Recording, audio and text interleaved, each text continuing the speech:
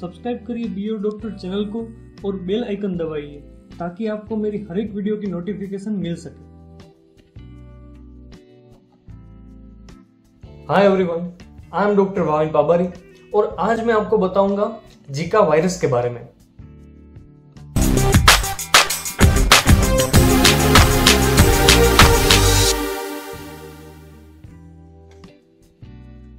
इस वायरस को Zika virus इसलिए कहा जाता है क्योंकि सबसे पहला केस 1947 में अफ्रीका में जीका फॉरेस्ट जो युगांडा में है वहां पाया गया।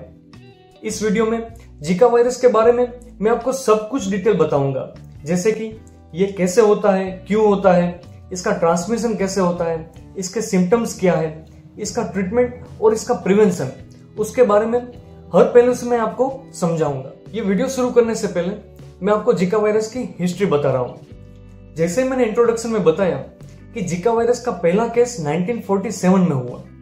वो case Zika forest Uganda Africa में हुआ, लेकिन वो रिसस मंकी में पाया गया था। उसके बाद ह्यूमन में जो इन्फेक्शन लगा हो उसका पहला केस 1952 में मिला। उसके बाद 2007 में आइसलैंड ऑफ येप में बहुत सारे केसेस हुए, जिसमें 49 केसेस जीका वायरस पॉजिटिव आए, लेकिन वो सारी बीमारी माइल्ड कैटेगरी में थी और उसमें कोई जानहानि की रिपोर्टिंग नहीं थी। उसके बाद 2015 में ब्राजील में बहुत सारे केसेस हुए। रिपोर्ट कहता है कि करीबन 15 लाख लोगों को यह वायरस का इन्फेक्शन हुआ, जिसमें से 3,500 बच्चे को मेंटल डिफॉर्मिटी हुई। ये वायरस जिस माता को होता है उसके बच्चे को ब्रेन की डिफॉर्मिटी होने का चांसेस रहता है, जिसको माइक्रोसिफेली कहा जाता है। और उसके बाद रिसेंट रिपोर्ट्स में WHO ने कहा है कि इंडिया में अहमदाबाद सिटी में कुछ केसेस पॉजिटिव आए हैं। अब मैं आपको बता रहा हूं कि जीका वायरस की वायरोलॉजी क्या है। ये फ्लेविविरिडी फैमिली से है, यानी कि जो dengue, yellow fever, Japanese encephalitis, West Nile fever जो होता है उस टाइप से ही बिलोंग्स करता है। अब मैं आपको बताने जा रहा हूं कि जीका वायरस का स्प्रेड कैसे होता है, उसका ट्रांसमिशन कैसे होता है।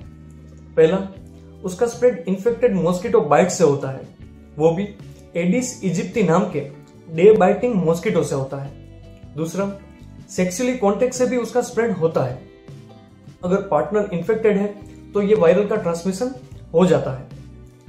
अक्टूबर 2016 में एक एडवाइस जाहिर की थी CDC ने कि अगर कोई इन्फेक्टेड एरिया में मेल जा रहा हो तो वहां सेक्स प्रोटेक्टेड ही करे, यानी कि कॉन्डम को यूज करे, और रिटर्न होने के बाद भी 6 मंथ्स तक वो सेक्स नहीं करना चाहिए, क्योंकि उसका अगर सिम्टम्स ना आया हो तो भी बॉडी में ये वायरस प्रेजेंट हो सकता है। तीसरा, प्रेगनेंसी।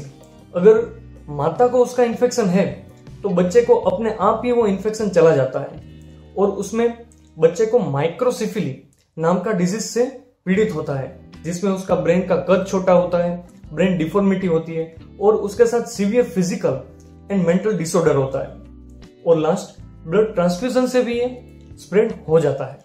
कोई भी वायरस का स्प्रेड बहुत स्पीड से होता है, क्योंकि आजकल एक कंट्री से दूसरी कंट्री में जाना बहुत आसान है।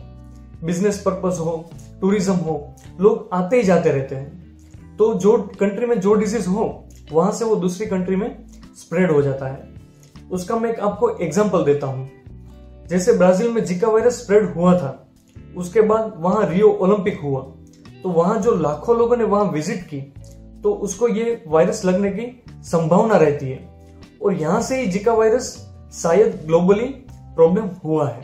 अब मैं आपको बता रहा हूं जीका वायरस के सिम्टम्स के बारे में।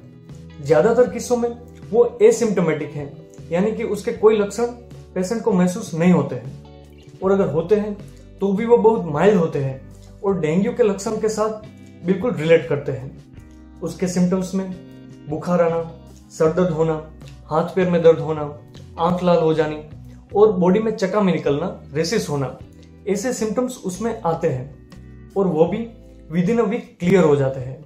और आज तक उसके इनिशियल इन्फेक्शन में कोई भी डेथ हुई हो ऐसा कोई रिपोर्ट नहीं है।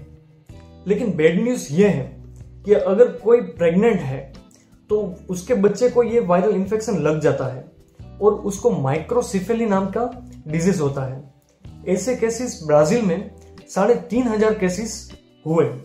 उसमें जो ब्रेन की साइज है वो बिल्कुल छोटी हो जाती है, मेंटल डिफॉर्मिटी हो जाती है, साथ में फिजिकल डिफॉर्मिटी भी हो जाती है और उसका इंटेलेक्चुअल लेवल बिल्कुल नहीं रहता है।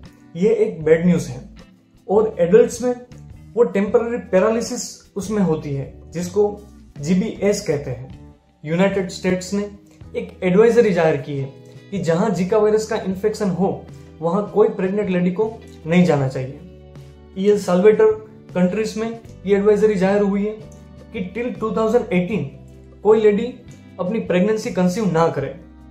वर्ल्ड हेल्थ ऑर्गेनाइजेशन ने भी इसको एक ग्लोबल हेल्थ इमरजेंसी जाहिर की है। और इस डिजीज के बारे में ऐसा बहुत कुछ है जो अभी तक हम नहीं जानते हैं। जिका वायरस के प्रिवेंशन के लिए अभी कोई वैक्सीन मार्केट में नहीं है, लेकिन WHO ने सजेस्ट किया है कि प्रायोरिटी रख के जल्द से जल्द उसकी वैक्सीन को इन्वेंट किया जाए।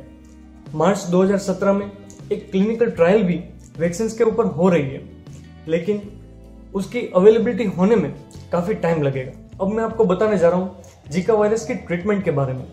इसकी ट्रीटमेंट बिल्कुल सिम्टोमेटिक होती है, यानी कि फीवर के लिए, पेन के लिए पैरासीटामोल दी जाती है और रेस्ट के साथ ही वो डिजीज ठीक होता है। और लास्ट में मैं आपको बता रहा हूँ इसके प्रिवेंशन के बारे में, यानी कि जिका वायरस से डिजीज ना हो इसके लिए आपको क्या करना चाहिए।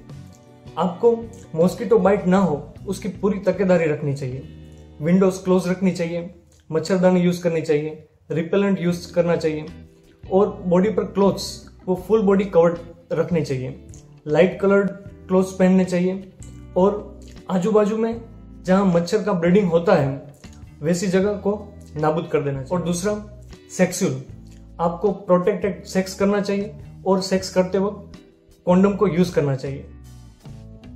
Hope you would like my video. इस पर लाइक कर दीजिए, इसको शेयर करिए और किसी को काम आएगा। कोई क्वेरी हो तो कमेंट कर दीजिए। कोई भी हेल्थ रिलेटेड क्वेरी हो तो मेरा ईमेल एड्रेस भी यहाँ मेंशन है, उस पर मेल कर दीजिए और सब्सक्राइब किए बिना न जाइए। Thank you very much.